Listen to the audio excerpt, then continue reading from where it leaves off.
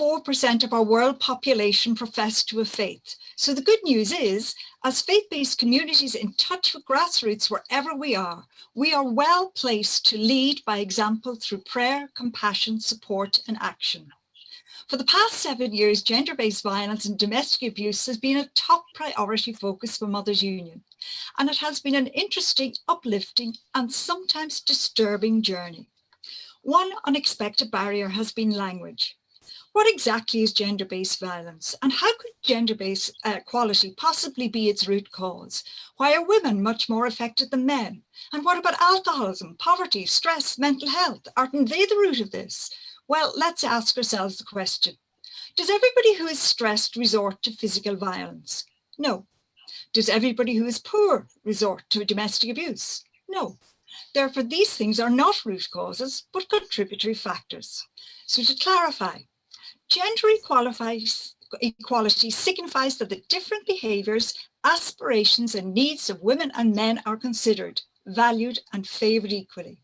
It is having a round table approach where everybody comes to the table with different gifts, but valued equally. This is important, but frequently misinterpreted concept that is at the root of all gender-based violence. And violence, as we know, is gender-based when it is directed against somebody because they are a male, because they're a female. And unfortunately, gender-based violence affects women and girls disproportionately. But aren't men and boys abused too? Yes, of course. And whatever abuse is, there is accompanying trauma and a set of survival skills at work. As people of faith, we abhor violence against all, but we need to grasp the extent of the widespread, devastating, disproportionate effect of violence on women and girls. Today, experience tells us that violence against women is as pervasive in Irish society as it was 25 years ago. In these COVID times, the escalation of domestic violence worldwide has rightly been declared a shadow pandemic. Globally, pre-COVID, 1 in 3 women experienced some form of gender-based violence compared to 1 in 6 men. In this shadow pandemic, depending on where you live, gender-based violence and in particular domestic abuse has increased by up to 70%. 4 million girls are at risk of FGM each year. With COVID, 2 million additional cases of FGM may occur over the next decade. More than 650 million women alive were married as children. On an annual basis, 12 million girls are married before the age of 18, nearly 1 every 3 seconds. And if pre-pandemic trends continue, 150 million more girls will be married by 2030. Because of the pandemic, this is expected to increase by a further 13 million girls. And every year, up to 275 million children globally experience or witness violence in their homes. In Ireland, it is estimated that 1 in 5 women and 1 in 7 men experience abuse. 236 women have died violently since 1996, and 18 children have died alongside their mothers. In resolved cases, 1 in 2 women have been killed by a partner or ex, compared to 1 in 20 in the case of male victims. And regarding our younger generation, last year Women's Aid conducted a research with 18 to 25-year-olds and found that 1 in 5 young women and 1 in 11 young men had already experienced some form of intimate relationship abuse, including online abuse, with over half of the young abuse victims experiencing it before the age of 18. In 2020, the incidence of domestic abuse surged, with services across Ireland receiving 70% increase in visits to their website and 40% increase in calls. 3 women died in the Republic and 5 women died in the North. So domestic abuse exists in every group in the society, and even our church is not immune. Whilst domestic abuse is a specialist area that requires referral to professionals, we as a church can work to become a place of safety and support. We can be around that round table, equally challenged as men and women, tackling unjust structures in society. And interestingly, in Australia, the government works hand in hand with faith communities in a concerted effort to eliminate domestic abuse. In 2018, two separate church-related research studies undertaken in the UK and Ireland show that churches rarely speak to the issue of domestic abuse. Most churchgoers have never heard a sermon on the topic or feel their church is adequately equipped to deal with the disclosure of domestic abuse.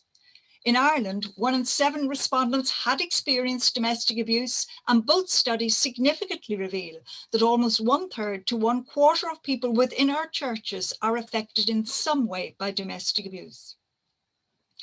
During COVID, Mothers Union has been working in the background and on the ground to provide immediate supports and towards collaboration with other church organisations with a view to devising long-term supports and strategies.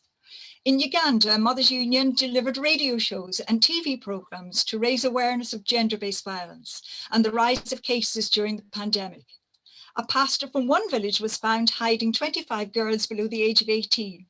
He was arrested and the girls returned to their parents, and Mothers Union are now supporting the families in overcoming this trauma.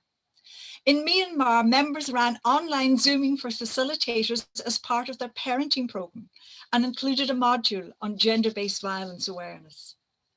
In DR Congo, they put together a programme to train gender champions to work with their churches and community leaders to help address the problem and support households affected.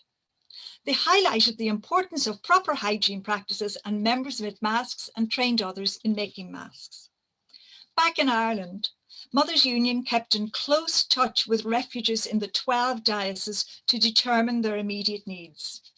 Our refuge outreach isn't just confined to Mothers Union members. In parishes where the outreach to refugees is encouraged as a whole parish intergenerational activity, the response is astounding. Currently, we are lobbying politicians. When a parent and children leave an abusive situation, they are generally, in effect, homeless. We discovered that refugees in the Republic are not treated as homeless providers as in Northern Ireland. In practice, when an emergency refuge spaces are full, the refugees must go through a series of hopes to find accommodation and the relevant funding. This is valuable time and effort that could be better placed in supporting survivors.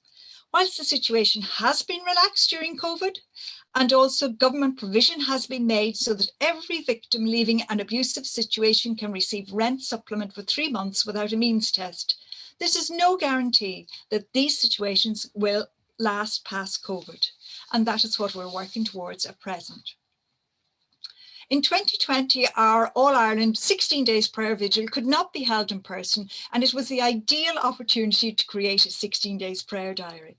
It highlighted gender-based violence, domestic abuse, theology, and the supports available across the Church of Ireland, with input from Protestant Aid, the Marriage Council, Bishop's Appeal, GFS, Mothers Union, CASC, Board for Mission, Tear Fund, and Christian Aid.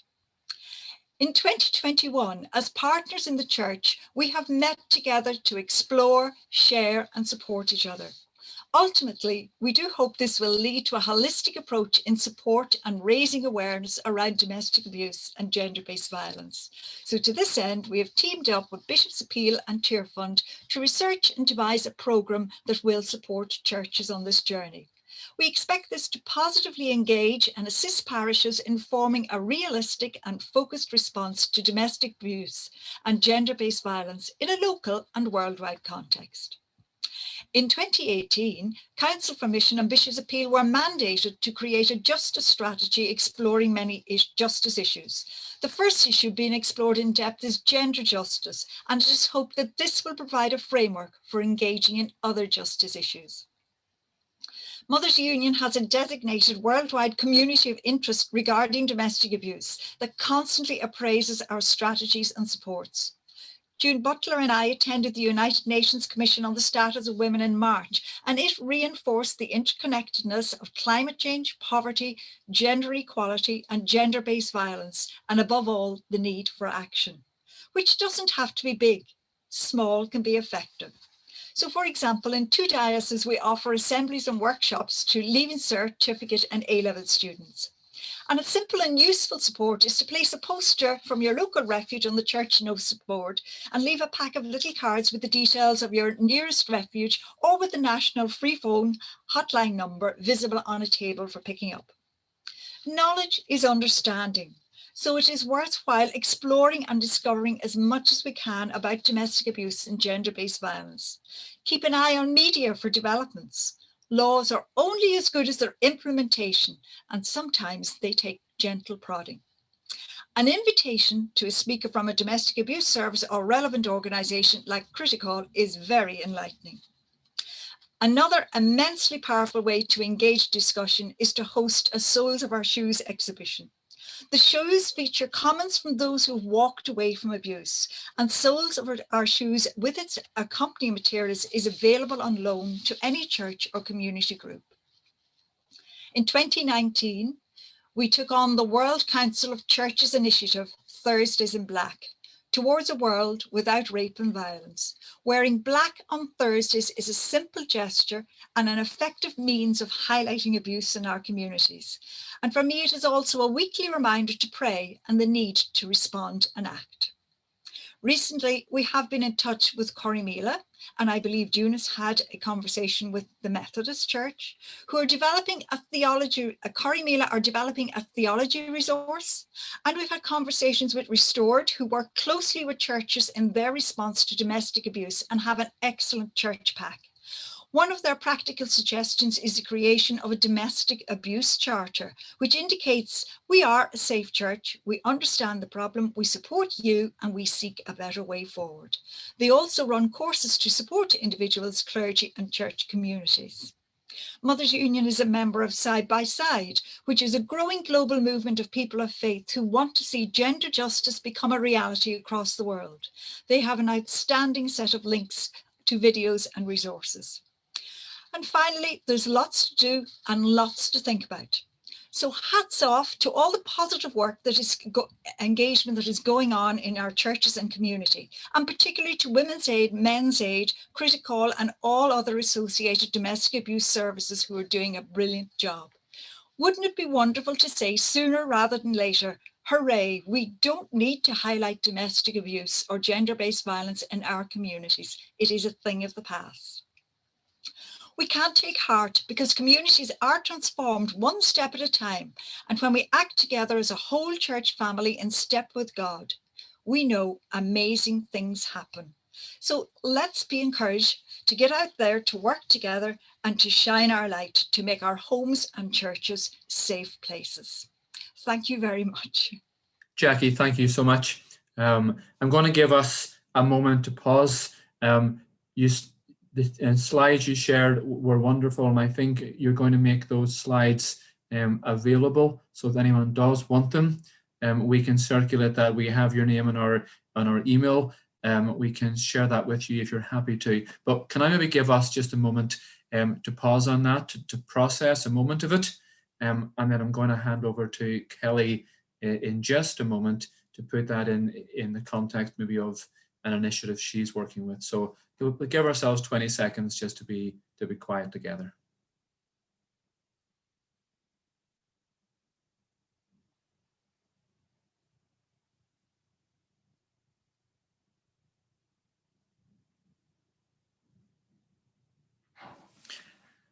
All right, Kelley, I'm going to hand over to you.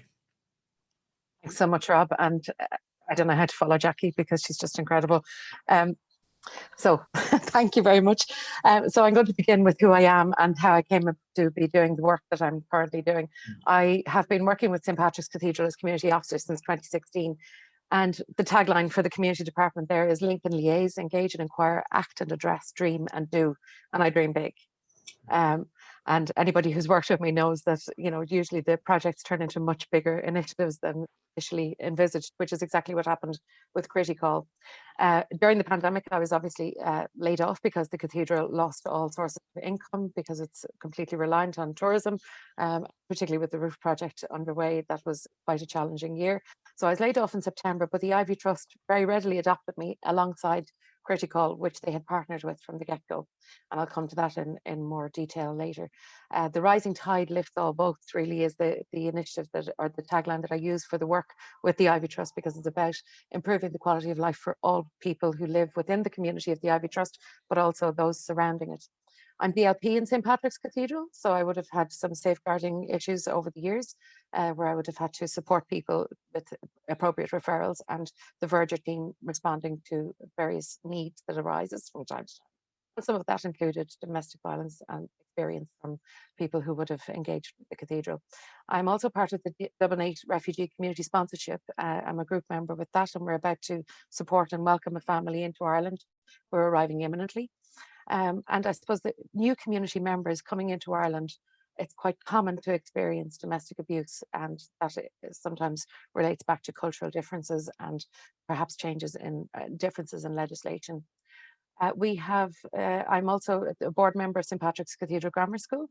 I work with Spirit Radio as a volunteer, music and chat show host, and that's been on pause because of the pandemic as well, because I haven't been in studio. And Public Participation Network, which is the PPN, you might be familiar with that.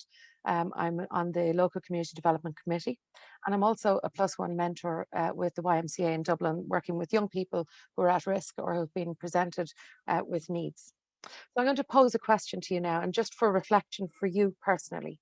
If a friend revealed to you that they were experiencing difficulties in their home, how would you be likely to respond to that? Just right now, based on the knowledge that you have, whether that's extensive or perhaps previous experience, maybe no experience or understanding of it. Just think about how you might respond. A family member, a friend, a colleague, a parishioner.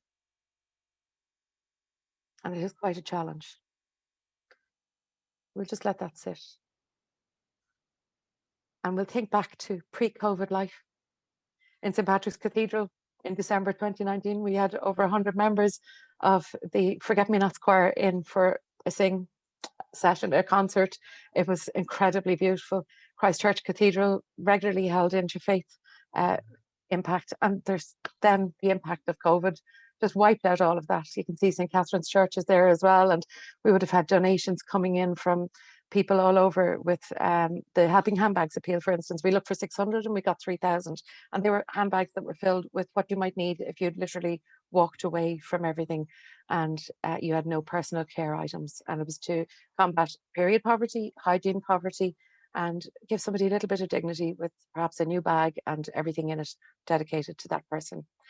Christchurch in Celbridge is my parish church, and they have been instrumental in Critical as well. And obviously all of that has fallen by the wayside with COVID. So I was sitting at home, working from home, when I was relegated to the Home Office, and thinking about the context of community, when all of those connections that were so important and so really central to supporting people, how could I possibly be an effective community officer? How could I reach people through my home? And I had a conversation with Edwina Dewart at Dublin City Volunteer Centre, and we discussed a number of issues, and we reached out to Safe Ireland, and we built this idea of Critical. So the logo that has been created is the one you see there with the green roof on it. And I suppose the roof is literally about shelter, but it's also about putting a lid on things, that enough is enough. When that was emerging as something in March, April time, as something that was definitely a risk to the most vulnerable in our society, women and children, we wanted to remind people that we were still here and we were still available to them. And the image of people together with the embrace is a virtual embrace. And we all know how much we've missed that embrace. But this logo was created by somebody who was on placement with us he was from Spain, actually, Diego Jose Garcia Garrido, and he donated his time to this. Critical is an acronym, which is Community Response Team Call. So we were literally putting the call out to other people, and we thought about who might be instrumental in making this work. Dublin City Volunteer Centre obviously had a lot of people, 26,000 people in fact, who had signed up to volunteer from home, and many hadn't got a role. Serve the City Dublin have such an array of volunteers signed up, and they have been really important as a partner in this. Brad Wilmot has been the administrator, looking after the management of offers of help. And Garda Síochána in Kevin Street were our #1 distributor.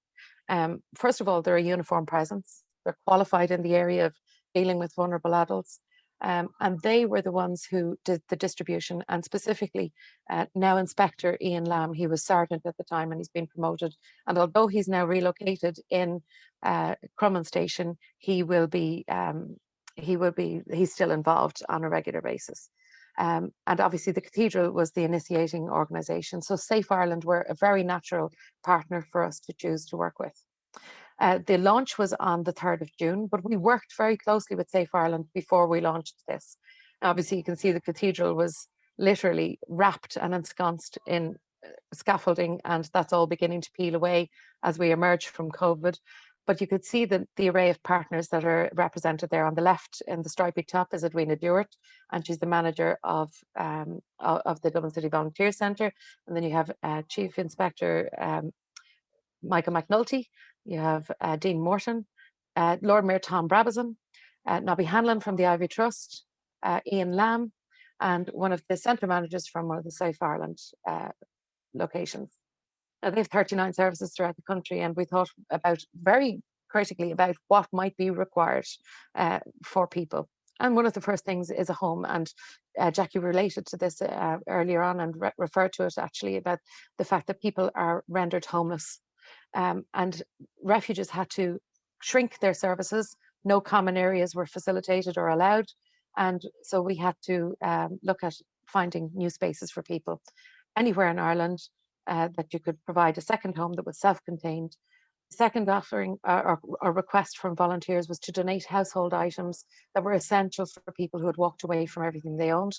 And also in that we looked for home starter packs that people who were ready to move on from refuge into a new safe home, should they find one, were literally provided for with duvets, tea towels, pots, pans, cups, cutlery, utensils, you name it. The third request was writing letters of support. Now, that artwork on the left-hand side was donated by a lady called Susan, but we had literally hundreds of letters from all over the world. We had families sitting down when children were doing artwork, and discussions took place around family dinner tables where people talked and considered about relationships, what works, what doesn't work, what to do when things are not working. And the response from people was just incredible. Those letters of hope were looking to create a book. And in fact, Lord Mayor Hazel Chu, who I met today, is looking at a publisher for us. I mentioned earlier on how important our volunteers are. They have been incredible. Our volunteers not only pack up and prepare donations to deliver into us, but they also manage the space. So we have Carol and Nicola, who would be hub supervisors and facilitating. But then you have the people who sit down and take the time at home to either shop online and order in or whatever. It takes time, it takes effort, it takes thought, it takes consideration. And some of the notes that have come in with the donations have been incredible. This is a distribution day.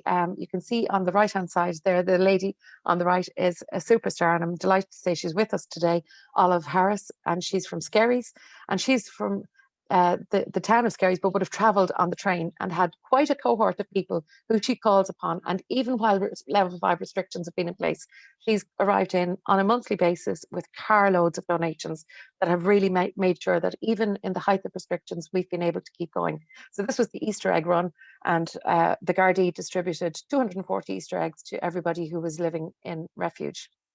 Salbridge Parish opened up, and Reverend Stephen Neal is here with us today as well, the local rector in Salbridge, and they gave us use of the slip hall, and Dee Huddleston was one of the key volunteers there, making sure that the Kildare and Rathcoole and Tala refuges got exactly what they needed. And on the top left-hand side, you can actually see the school appeal that we did in September when children were going back to school, and that really relieved pressure from people. Louth and Cork hubs got up and running pretty quickly.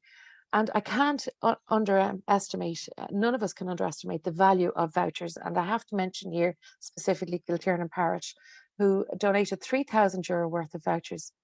And the dignity of choice in a circumstance when choices are very limited is just incredibly important. And so whilst we had an appeal for specific items, there's nothing more beautiful than giving somebody the choice of what they want to prioritise, whether that is clothing or food or personal care supplies or whatever. So the back-breaking end of this is the stockroom, which is in Elvedon House in the Ivy Trust in Cork Street. And it is a very tightly managed space. It is a very small space. It's probably no less than or no more than 300 square meters. It is relatively very small. It's build maybe 3-4 times a week. We also have a food cloud program that comes in here, and you can see some donors arriving in here, and the lady on the right hand side, the blonde lady, is Carol Lovelet, who is from Serve the City. But we've also had corporate support, donations from Verizon that came from the staff appeal, space at Dublin, the Business Enterprise Centre, they organised an appeal through their offices. The Rolling Donut Company sent out treats at Christmas, and that went not only to the Critical initiative, but also to people living in direct provision. And so really, Critical is all about sharing love with each other. And with Safe Ireland, they've been looking at No Going Back is their report, and this is a copy of it here, a Safe Ireland discussion paper, reflecting on the impact of all of these initiatives and all of the learning that comes through this. And I suppose Winston Churchill, never let a good crisis go to waste. Well, this is really a learning curve. We have learned so much through the pandemic. In the No Going Back report, this is the journey that they have mapped out for women exiting domestic abuse. And it also applies to men, but probably disproportionately more likely to women. The journey is complicated. It is not easy. It is not simple. And so the practical supports that we've been able to provide relieve some of the pressure on the key working staff who have to liaise with all the legal supports that are required, the Gardaí, the work opportunities, the education, the financial strain that people are under. And whilst we were able to relieve some of it, this is a much bigger piece of work, and we're only a tiny part of that. Children have such a complicated journey to well-being. On the left-hand side, it's really quite shocking to look at the impact on children. Triangulation, direct target, the child is the aggressor, cultural abuse, human trafficking, tangential coercion. And that's a really difficult journey to navigate for a young person who isn't fully formed to be tied up in all of this complicating circumstance. So media coverage has been wide and varied. It's across many platforms. It's on all social media channels. The Dublin and Glendalough Dioceses, the major media newspapers have covered. Critical Cork are extremely active on social media.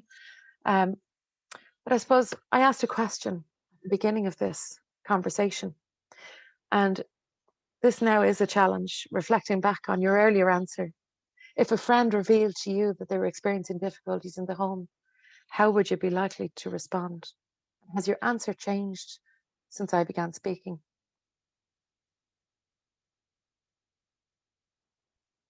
Now is a time for action.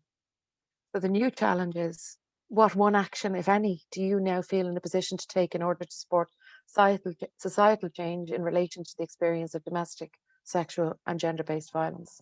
Just one action in your locus of control. It might be something very simple, but is there one that you know you can take today or tomorrow or this weekend or next week or next month? And it's the ripple effect of that change that I see as being a possibility. Support is incredibly important. 999 or 112 in an emergency or life-threatening circumstance, or if you're in danger or someone else is in danger. It is incredibly important to reach out for that help and not to be afraid to do it. Let nothing stop you, because there's nothing worse than silence around this, and we must break the silence. On Safe Ireland's website there, which is on the bottom, there is a Get Help page, which applies to both male support services and female support services. I have to say, without every single person who has been party to this, there are incredible numbers. The project that we've leveraged throughout since the 3rd of June has turned around no less than 400 to 500,000 euros worth of produce, supports, vouchers. So it's just incredible. Over 2,000 volunteer hours, more than 500 volunteers, individual volunteers, and an unbelievable movement of change. So for each one of you and your part and your time here today, I'd like to say a huge thank you, and what a privilege it is. Back to you, Rob. Kelley, thank you so much. I feel with both of you this evening, there's just been a wonderful wave of energy and information, and I thank you both for that.